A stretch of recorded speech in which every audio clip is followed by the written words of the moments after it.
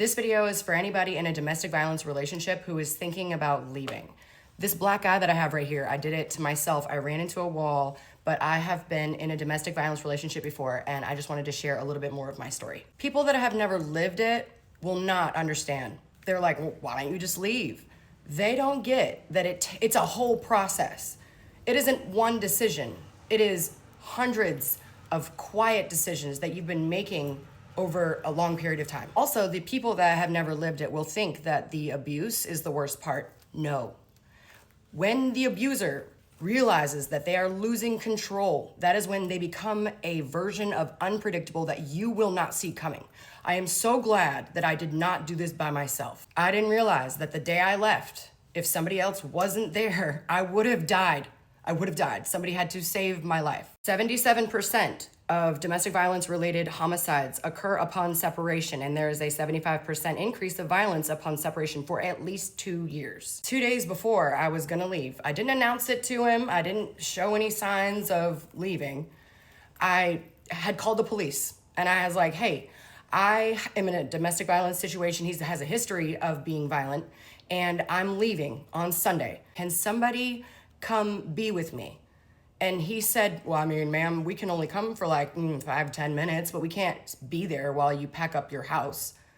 And I was like, okay, thanks for nothing. So then I told my manager, because they were concerned about me because I had told them about the domestic violence like 2 weeks prior to that. So the owner, his fix-it guy, my GM, and the GM's wife all showed up and parked on the street, like over from my house. And I had to go back to get my dog. I unloaded my car. And when I went back to get my dog, he had woken up and realized that I was leaving. And so I go back in there to get my dog, and I ended up with 2 dogs because the dog that was supposed to be his, that's how he got me to get back into the house, because she was in a cage because she was a puppy.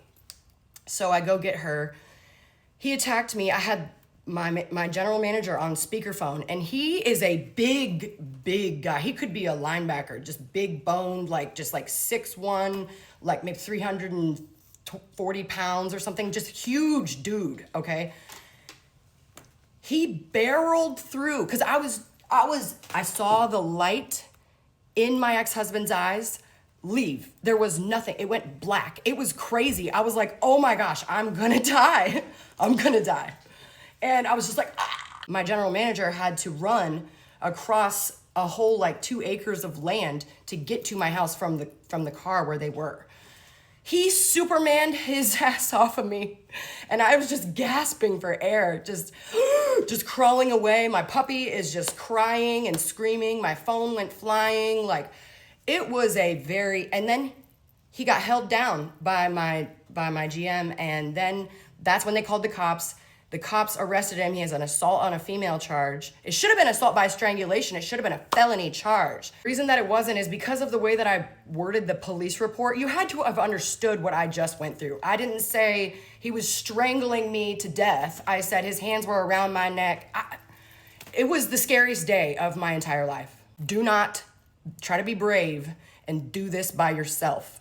I promise.